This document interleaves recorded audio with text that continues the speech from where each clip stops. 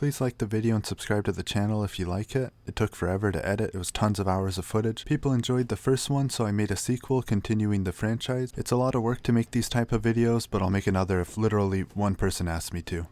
After a terrific first off-season as shown in my last video, we've set up for a fantastic build strategy for the team. My owner goes over his expectations and we are on the same page. He just wants me to make a little money for him and win just enough games to be respectable. I get that. I use free agency to accumulate around 40 players, most of all of whom I plan to flip at the trade deadline into draft picks to keep the rebuild rolling. I really loaded up on a lot of talent. Then my so-called owner wants to talk to me again, and you want to know what he says to me? He wants me to win now. He wants me to win over half our home games.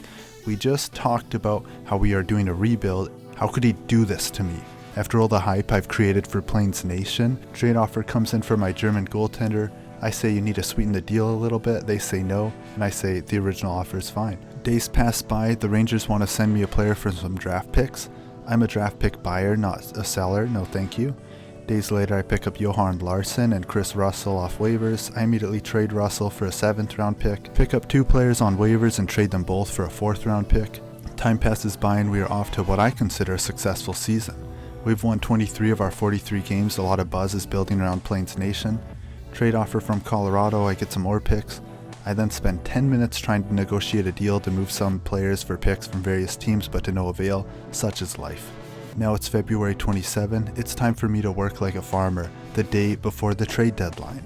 I spend 73 minutes working the phones and making moves faster than Mike Vick in a collapsing pocket. I always like to obtain a couple first rounders from teams with a chance of winning the draft lottery, but are still kind of in the playoff race.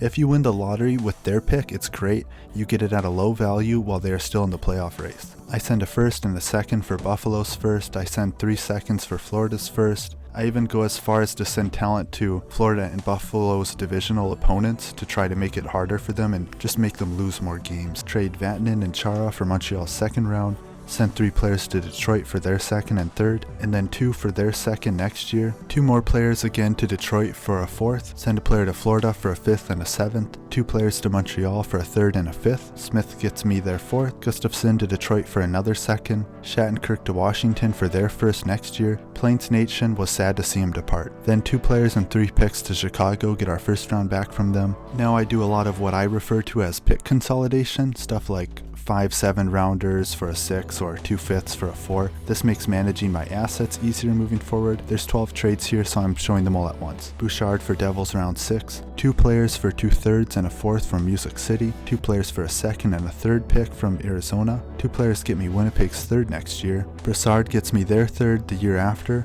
Holla for a 2nd round, 4 players to Ottawa for a 4th round, and then finish with one last pick consolidation. After the trade deadline, I just sit back and let my team do what they do. It was a tight playoff race and my bullies pulled it off. We scrapped and clawed and now the Winnipeg Planes are going to the playoffs. Planes Nation has never been happier, it's amazing. Even though our first season was a great success, I felt we are not hitting our team's full potential, so I overrule the coach and I edit the lines, completely change the makeup of the lineups, calling players up, sending them down, hoping this change can give us a spark to pull off an upset as a wildcard team. Here's the bracket. We got the Golden Knights 1st round.